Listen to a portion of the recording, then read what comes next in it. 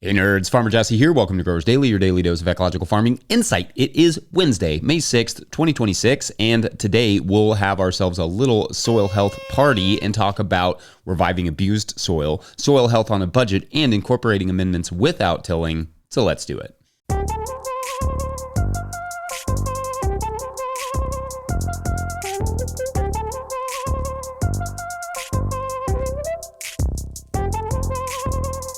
All right, happy Wednesday, world. Look at us, halfway through the week already. We've got a decent sized set of deliveries ourselves headed out today. Loads of lettuce per usual that I harvested yesterday with a handful of strawberries.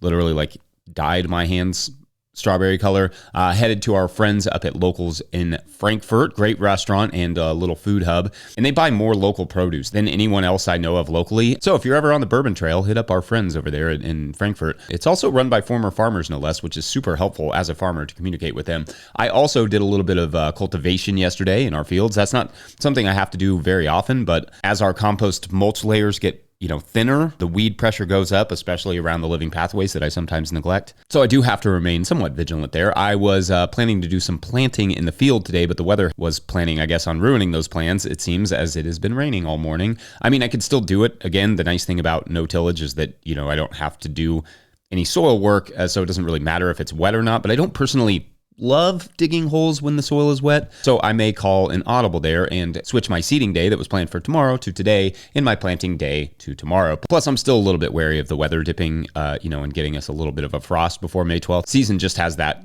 surprise vibe to it this year. I mean, so far so good, but a couple days with lows in the 40s are headed our way. That's like around 4 degrees Celsius. So those have me a little bit on alert. What are things looking like for you all in your neck of the woods? Let us know, or better yet, send us a 20-second farm video clip to Farmer Mike at no-tillgrowers.com. Just upload it to Dropbox or Google or whatever and share it with him. Anyway, all right, so today what we're going to do is a little bit of a compilation episode on soil health stuff. So we will join old me to replace some old segments, and then we'll be back with all new stuff tomorrow, per usual. Gives me a little bit of a break on Wednesdays. I appreciate that. Okay, then, without further rambling from current me, here is some rambling from old me. Enjoy. Today's question comes from Patreon member Megan List, who writes, quote, "I am delighted by your shift to daily shows and appreciate that you make the show available on multiple platforms." Thanks, Megan. They continue, "Adulations completed. I have a field that is mostly dead. It suffered through decades of local farmers dumping chemicals into it. I'm planning on restoring a few hundred square feet to grow and sell peppers next summer, more space to be restored in the coming years. My question is this: how would you restore compact and mostly dead soil for use as a no-till garden? I am planning to break up the soil with a shovel until I get a broad fork and introduce compost and mulch. Interested in any other ideas, opinions," end quote. All right, great question, Megan. And I think it's safe to assume that by local farmers dumping chemicals into it, you mean by conventional farming and not by literally using it as a dump site. That the latter would require a whole other conversation about remediation and possibly a chat with the EPA, because yikes. Now, depending on how long ago this took place and what was spread on these fields, it could have an impact on what I'm about to say. If they were spraying any persistent herbicides for broadleaf weed control and hay production in the last 3 years, for an example, you may have to approach this a little differently. If they were just growing corn and using some Roundup and some 10-10-10 fertilizer or whatever, then you can get back up and running without worrying as much about residual effects from those herbicides, pesticides, fertilizers. I'm going to assume they were producing a commodity crop like corn and soybeans, and the soil organic matter is simply depleted. Either way, my approach would probably look like this. First, I would start with a soil test, probably through Kinsey Ag or Logan Labs or someone nearby who does Albrecht method soil testing, to get a good idea of what I'm working with. I like those tests most when starting a garden. Later on, I prefer the biological test, but I like those Albrecht method soil tests, more commonly referred to as base cation saturation ratio tests or BCSR tests, to start, because there may be significant deficiencies in a depleted field that need to be addressed, and these help find nutritional imbalances. Anyway, again, more on soil testing another day. For now, my next step would be to go to consult with that laboratory to see what they recommend for amendment additions. Then I'm going to apply whatever they recommend and add some good compost as well, at least an inch thick to the area After that, to break up that compaction, I would plow/till the suggested amendments plus the compost into the soil. For you, maybe just shoveling it in, flipping that soil a little bit if you could to just break it up. But if not, getting it deep down in there would probably do the trick pretty well. Are there ways of skipping that tilling/shoveling part? Yes, but like with a house, your foundation is everything, and it sounds like the foundation is currently in disrepair and needs a lot of fixing. I think this is one big thing I took from talking to landscapers over the years. Foundation is everything to long-term success. You really need to do that initial work so you're not dealing with issues forever.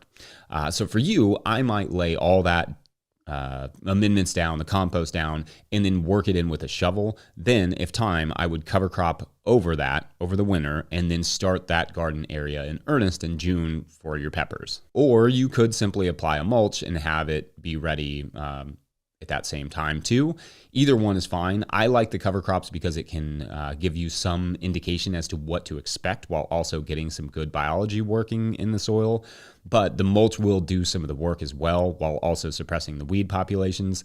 This will all depend a bit on where you're located as well. If you want to plant peppers early, a mulch will make more sense than a cover crop because a cover crop really needs to grow until mid-May here in zone 6B, but it could be later as you get into, colder and colder climates. A compost mulch, dark as it will be, would be ready sooner to plant into than like a straw or hay mulch, obviously. Today's episode is brought to you by BCS America. If you're practicing no-till or low-till farming, you know that heavy equipment is often the enemy of your soil structure. That's where BCS two-wheeled tractors come in. Built for small farms, market gardens, and regenerative growers, BCS tractors give you the power to manage beds efficiently without unnecessary compaction. For the low and no-till grower, there are two attachments that change the game. The BCS Power Harrow stirs only the top inch or two of soil to incorporate soil amendments and create a perfect seed bed without soil inversion or pulling up weed seeds. And when it's time to terminate cover crops, that flail mower shreds organic matter into a beautiful, nutrient-rich mulch right on top of the bed. To find your local dealer and see the full lineup of attachments designed for the way you farm, head to bcsamerica.com. That's bcsamerica.com. Today's episode is also brought to you by Grown By. Grow smarter with Grown By, the farmer-owned cooperative. Grown By is the platform for online sales of everything, custom and traditional CSAs, halves of beef, flower bouquets, wholesale to restaurants, and now Grown By supports in-person sales too. Their new app, Grown By Register, you can supercharge your market and farm stand, finally bringing together your online and offline sales and customer data. Grown By is proud to make local food accessible by processing SNAP benefits online and in person right within the app. Grown By helps you put your best food forward. Schedule a demo at coop.grownby.com/no-till. That's coop.grownby.com/no-till. All right, back to the show. So our first Patreon question of the day comes from Patreon member Adam Kinney, who writes, quote, found your YouTube channel this winter and have been binge watching. Really appreciate the content. I have been home gardening for 20 plus years, but using traditional tillage models. The last few years, I have mixed my soil with some bagged quote-unquote garden soil in the area where I plant my seedlings, and this works, but doesn't help the surrounding soil. I'd love to start this spring with no-till, but buying enough compost for several inches deep, even with my small 30 by 60 garden, would be a large upfront cost. I'm considering buying enough compost to start my early season bed and starting a cover crop in the entire spring/summer bed, foregoing the summer crop, to start work on soil health. I will also start making compost. We have chickens and plenty of other green/brown material to hopefully make enough compost for late summer or early spring planting. With a small budget in mind, does this seem like the best way to get started? What cover crop would you recommend? I have some clay, so I was thinking tillage radish mixed in with something else would be a good start. Any help would be great. End quote. All right, thank you for the kind words and for this great question here, Adam. So it's kind of a soil health on a budget question or a going no-till on a budget question, and I love that. Basically, it sounds like you can get a small amount of compost and you're wondering how to maximize that for those sort of summer beds that you described. I think first off, that your instinct to use cover crops in conjunction with the compost is a really good one. Either work that compost into the soil, at least the top couple inches, or layer it directly into onto the surface if the soil is already plantable. Also consider at this time adding maybe some inoculated biochar if you can get your hands on it for a reasonable price to help retain nutrients and add a little microbial habitat in the process. This may also be a good time to send in a soil test and see what, if anything, the soil really is missing out on, and add some of that now at this stage before you kind of stop any sort of tillage. Then you can sow the cover crop into that sort of preparation and wait until the fall to plant it or plant it to another cover crop or whatever you want to do. Now, for the spring, I'm not generally going to recommend tillage radish. It can be a little hard to get rid of in the summer and does its best work over the winter, as it will grow and die on its own in many climates. Like, you plant it in the fall, you let those tillage radishes, those daikons, get pretty big, and then they just kind of die and rot over the winter, and that sort of opens up the soil for you. For you, if you want to plant cover crops into that ground in the fall, consider a succession of cover crops that are easier to terminate, such as field peas or beans, along with perhaps sunflowers and lacy phacelia. Grow those out, terminate them, do a solo round of buckwheat after that, and that should get you most of the way through the summer and really enrich that soil for perhaps a fall garden, for an August planting of fall crops. If you are not worried about planting until next spring, then sorghum Sudan grass is going to be a good hard worker for you all summer, and then you can switch to a winter cover crop or winter kill cover crop later in the fall. I talked about spring cover crops a few weeks ago, so have a listen to that. But one of the nice things about sorghum Sudan grass is it is a good weed suppressant, and it grows fast, and you can mow it really high up to maximize that soil building quality that it has, as the roots will basically just like die back when you mow it, and then that kind of produces that soil, creates soil organic matter. Cover crops to me are the ultimate in low budget soil improvement because, at least for the moment, seeds are relatively affordable. I also like things like kelp for micronutrients and biochar because although the upfront price tag can seem high, a little bit goes a really long way. As always, there are a million ways to build soil health, but few things do it better than just cover crops and a little compost. Anyway, I hope that was helpful, and best of luck on the garden this year and in transitioning to some no or low tillage methods. I think taking your time to convert some of that soil, especially using cover crops, is the absolute right way to go. If you have the time is its own soil amendment, so definitely endorse that. Today's episode is brought to you by Good Agriculture. If the season is picking up and the pile of receipts is starting to grow, you're not alone. Good Agriculture handles farm bookkeeping so you can stay ahead of the mess before it piles up. They keep your books organized each month, help you understand what's coming in and what's going out, and show you where your farm stands so you can make better business decisions throughout the season. If you're behind, they'll help get everything caught up. They also help farmers find funding and stay ahead of grant deadlines. You run the farm, they help the business. Learn more at goodagriculture.com/info. That's goodagriculture.com/info. All right, back to the show.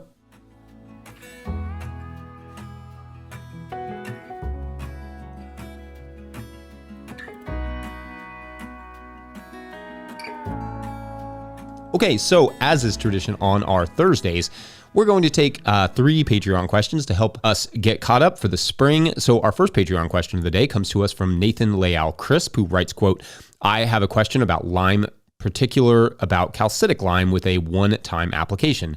North Carolina Department of Agriculture and Consumer Services recommends an application of lime. They recommend if you do a surface application, do not exceed 60 pounds per 1,000 square feet. Can this affect other ways of managing the planting area, such as choices in fertility management, plant options with direct or broadcast seeding, transplanting?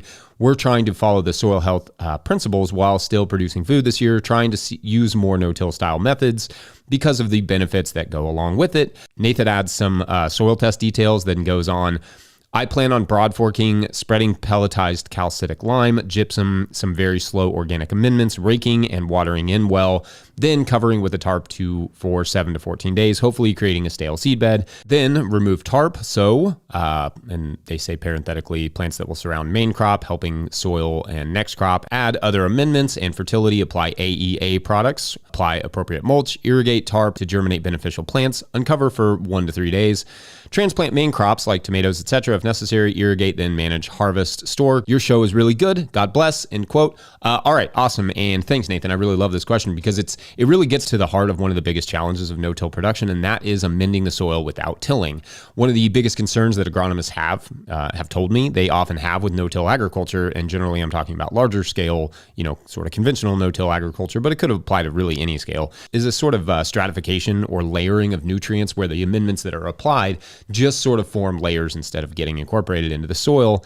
And indeed, the recommendation on the line makes sense if you were to apply the normal recommendation for the pH that you have, whatever that would be. It could create serious nutritional issues right at the surface. This is one of the reasons that I generally suggest the one-time tillage in the very beginning of a garden's life to get the amendments you need worked in right from the start, and then use compost and cover crops to help manage nutrition from there on out. Anyway, I think your planned approach sounds good, although one tweak I would probably make is to add the amendments first and broad fork after that to help kind of work it into the soil. Broad fork closer than you normally do, like closer together. And that's just to make sure the amendments get plenty of opportunities to kind of drop down into the root zone.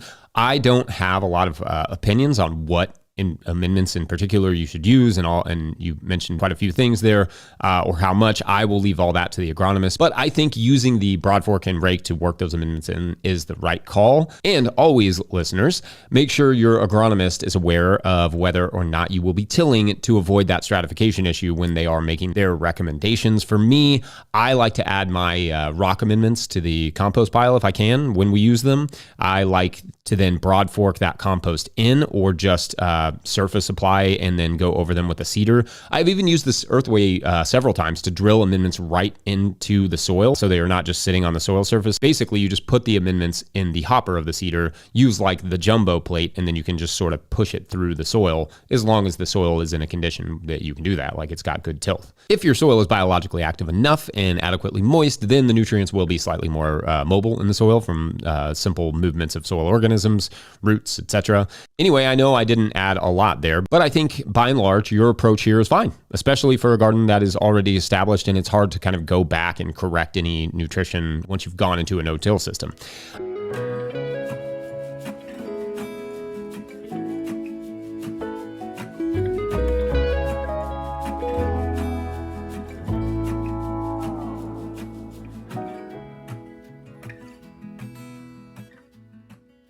All right, I hope you enjoyed that little compilation episode in case you missed some of those segments. Don't forget, No Till Growers is a nonprofit 501c3, so donations are tax deductible and greatly appreciated. Please make sure to like and subscribe and or follow wherever you're getting this podcast. That is an easy way to help us out as well. Enormous thank you to all of our show sponsors, and if you'd ever like to sponsor the show, you can reach out to Farmer Michelle at notillgrowers.com. Big thank you to Michelle. Big thank you to the No Till Growers Board of Directors. Huge shouts to Willie Breeding for the theme music, Mike Hilbert for the production help and editing, and my wife Hannah for absolutely everything in the world. Also, shouts to Epidemic Sound for the background music that you can hear. Pick up a hat or a copy of my book, The Living Soil Handbook, at notillgrowers.com to support our work. That is a huge, huge help. Big thank you to everyone over at patreon.com/notillgrowers, where at a certain level, or if you just bump up from one level to another, you sign up in the month of May, you get a shout on the show. So big shout outs today to Justin Woody.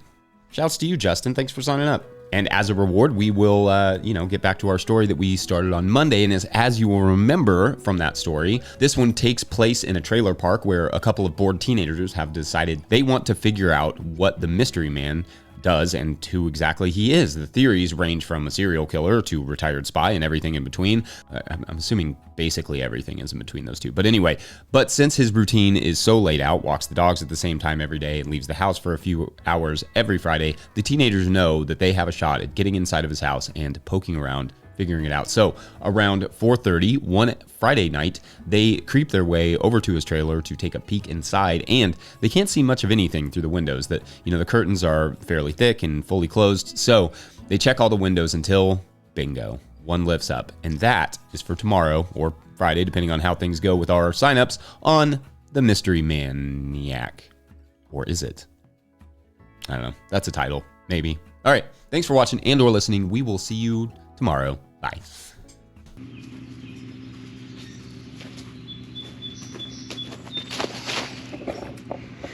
That is the life of a YouTuber right there.